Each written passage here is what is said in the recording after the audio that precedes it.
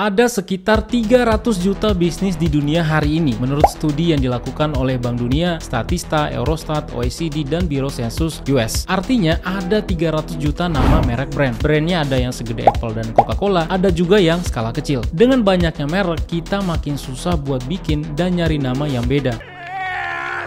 So, gimana sih caranya buat bikin nama merek yang keren dan stand out? Halo, gue Tox dari Logo Revolution. Di video ini kamu akan belajar gimana membuat nama brand sehingga kamu nggak perlu bingung lagi. Gue akan rangkum step by step yang mudah dipahami dan semoga bisa membantu kamu nemuin nama brand merek yang terbaik versimu. Dan gue akan bagi dalam 3 step mudah. Step yang pertama, pilih kategori. Pertama, kamu harus nentuin jenis kategori nama yang kamu mau. Setiap orang punya perspektif beda dan jawaban yang beragam. Ada yang sampai 7, ada yang 5, dan kategorinya juga macam-macam dari eponymous, deskriptif, akronomik, sugestif, dan lain-lain. Nah, biar nggak ribet, kita bagi jadi 2 kategori aja yang emang banyak brand dunia juga termasuk di situ. Kategori yang pertama, nama yang punya asosiasi alias nama yang punya hubungan dengan produk atau jasa yang kita jual. Ini hal yang paling sering kita temuin ya, nama brand yang masih relate dengan produk atau jasa yang dijual. Di sini gue akan pakai contoh beberapa nama brand yang udah kita kenal so far untuk memudahkan. Contohnya seperti Tokopedia yang diresmiin 17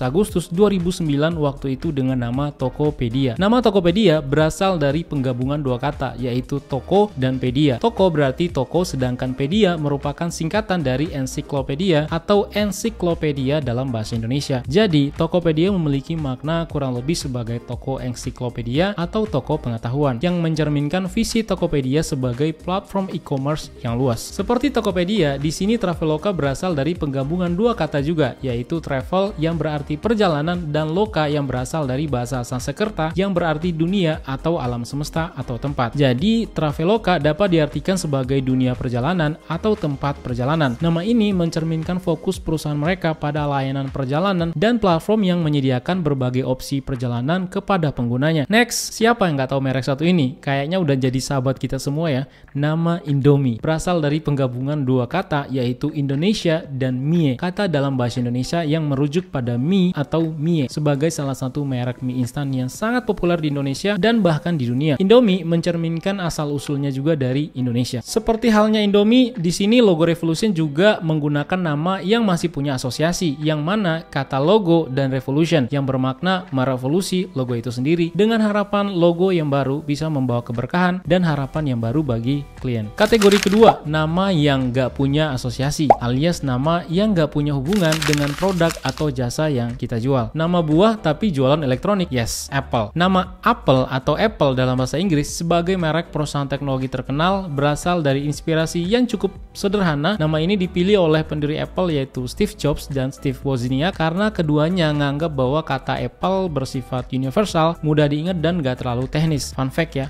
katanya salah satu alasan dikasih nama Apple karena Steve Jobs emang suka buah apel.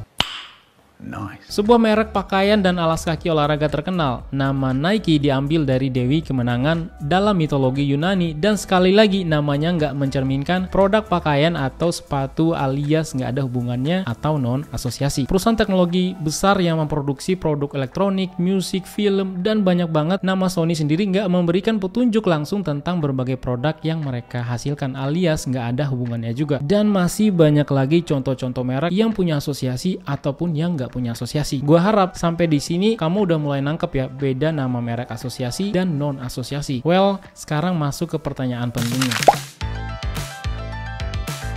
Perlu digarisbawahi bahwa masing-masing kategori punya plus dan minusnya sendiri ya. Kalau di kami, Logo Revolution menyarankan jika kamu baru mulai bisnis dengan budget yang terbatas, sebaiknya memilih nama merek kategori pertama alias yang masih punya asosiasi dengan produk atau jasa yang kamu jual dan juga yang gampang diingat. Alasannya sederhana karena mudah untuk dikenali sejak awal ketika konsumen membaca, mendengar, atau ngelihat nama merek kamu. Mereka jadi punya gambaran produk atau jasa yang kamu jual. Tapi, kalau kamu tertarik untuk memilih kategori nama yang kedua alias yang nggak punya asosiasi, silahkan juga selama kamu punya modal yang cukup besar untuk mengedukasi ke audiens tentang merek kamu jualan produk atau jasa tertentu. Karena balik lagi, meski simple, nama merekmu nggak ada hubungannya, so silahkan dipilih, your choice. Step 2, riset dan cek. Setelah nentuin jenis kategori yang kamu pilih, selanjutnya adalah riset kata kunci buat jadi nama brand. Buat ide risetnya, bisa ngecek kamus untuk nyari inspirasi atau pakai tool kayak Google Keyword Planner. Dengan ngerti dapetin kata kunci yang lagi hits dan sering dicari konsumen, kamu bisa bikin nama brand yang update dan gampang diingat. Proses riset ini juga bermanfaat buat lihat tren pasar, apa yang lagi dibutuhin konsumen, dan lihat persaingan di sekitar. Selain itu, dengan naruh kata kunci penting di nama brand, peluang bisnis kamu muncul di hasil pencarian mungkin makin meningkat. Selanjutnya, cek domain dan sosmed yang tersedia. Nah, ini penting buat nyiapin nama brand. Cek domain sama username di sosmed. Udah dipakai belum sama orang lain? Jangan-jangan udah dipakai orang lain. Apalagi di zaman digital sekarang ya. Punya website dan aktif di sosial media itu wajib banget buat ningkatin brand awareness. So, sebelum mantepin pilihan nama, cek dulu di situs-situs daftar domain website. Banyak banget pilihan sekarang, tinggal dipilih aja. Pastiin aja kalau nama domain yang sesuai sama nama brand masih available atau masih tersedia. Sama halnya juga buat sosmed ya. Cek juga username-nya di Instagram, TikTok, Facebook, semuanya dicek. Dengan punya domain dan username sosmed yang konsisten sama nama brand, ini bukan cuma ningkatin exposure brandmu, tapi juga bikin konsumen lebih gampang buat nemuin kamu dan langsung nyambung dengan bisnismu. Mantap kan? Yes.